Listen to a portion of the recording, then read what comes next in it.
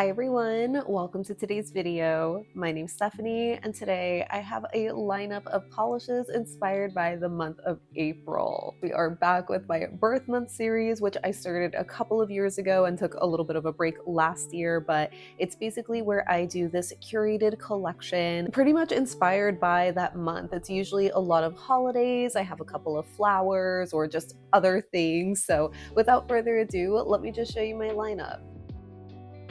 The first polish I have is Ave Vernal, which is this beautiful neutral pink cream that I chose to represent cherry blossom season. It's such a brief window when these magical trees are in bloom, usually between late March and early to mid-April, but they are just so special to see. Shocking to absolutely no one, it's one of my favorite trees along with willow trees, but yeah, I feel like this is the perfect pink to match the vibes of a lush, fully bloomed tree, and it makes me want to do some cherry blossom nail art. For my full hand swatch, I'm showing 2 coats with a glossy top coat.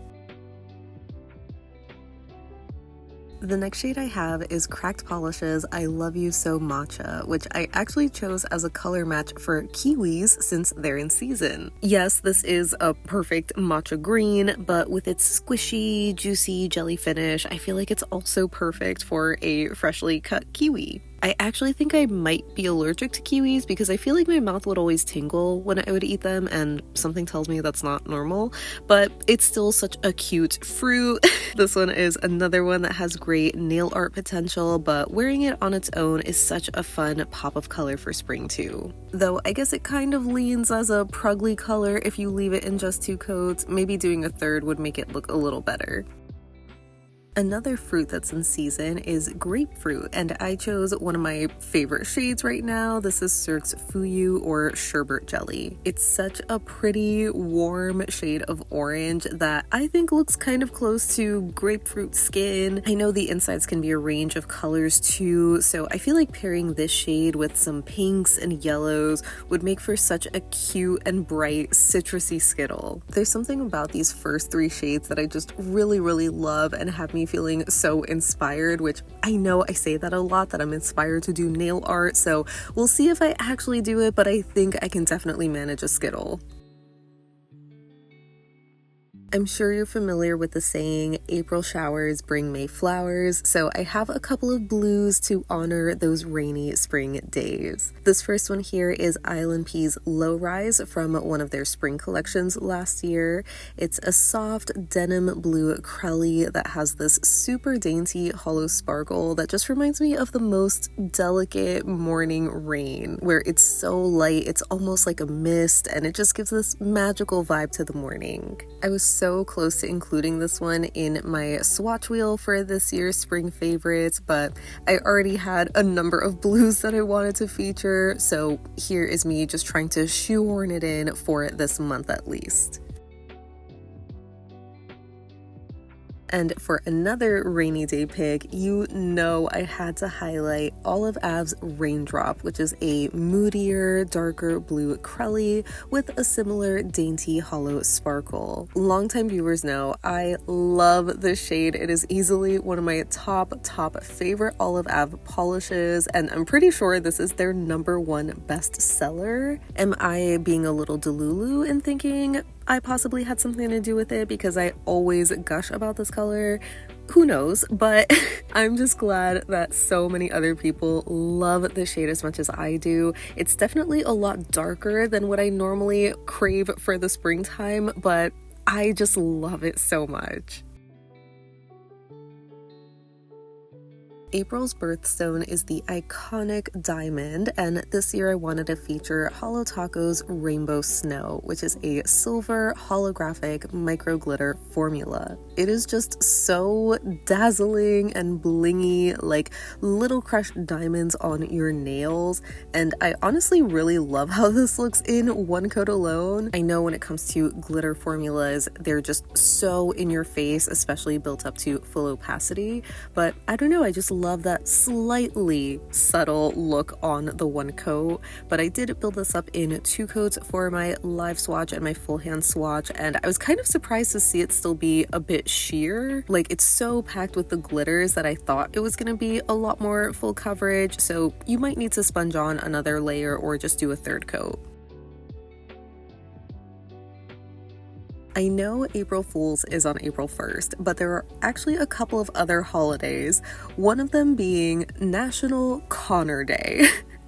Yes, Connor, like the boy's name. It seems so random, but it just made me laugh so much since I recently got a little cow squishmallow named Connor who has a little blue flower on his belly, so I chose Cirque's Bluebird to match him. I'll have a review for this collection soon, but this is somewhere between an aqua and sky blue kind of color, surprisingly unique to my collection, but again, just the perfect match to that little blue flower on him. It is just such a cute polish. I'm clearly loving a lot of blues this spring season, and the fact that I can match my little squishmallow and even my little tote bag from Lil Simsy is just so satisfying to me. And we can also celebrate National 1 Cent Day on April 1st, and since the penny has sadly been retired, I figured I could honor it with none other than Cracked Polish's Pinching Bronzed Pennies. This is a super stunning copper metallic that really does look like an aged penny. It is just so gorgeous. Again, not typically a color I would reach for the springtime, but if I'm really gonna go out here and honor the penny, what better polish than this one? Easter falls on April 5th this year, and I pulled out this oldie from my collection called Sherbet Swirl by Noodles Nail Polish. It's a dense matte hex glitter topper that comes in these super cute colors like orange, aqua, light pink, medium pink, and this sort of purple color, as well as a ton of white glitters. As you can see, it is very densely packed, almost looking like sprinkles, and while I initially showed this over my bare nail on my live swatch, I usually would pair this with a milky white, which I have sandwiched on my middle finger and then layered over 2 coats of white on my pinky, but I also layered it over the green jelly since I thought it kind of reminded me of Easter eggs hiding in the grass, or I guess flowers, but either way, it's a cute topper. Then on April 6th, we can celebrate National Fresh Tomato Day, so you know I had to pull out Crack's Tomahto for this holiday. It's such a bright, reddy orange jelly that's such a great color match. I know some people really don't like tomatoes, but even if that's you, hopefully you'll like wearing this as a color on your nails where it's just a bit more palatable.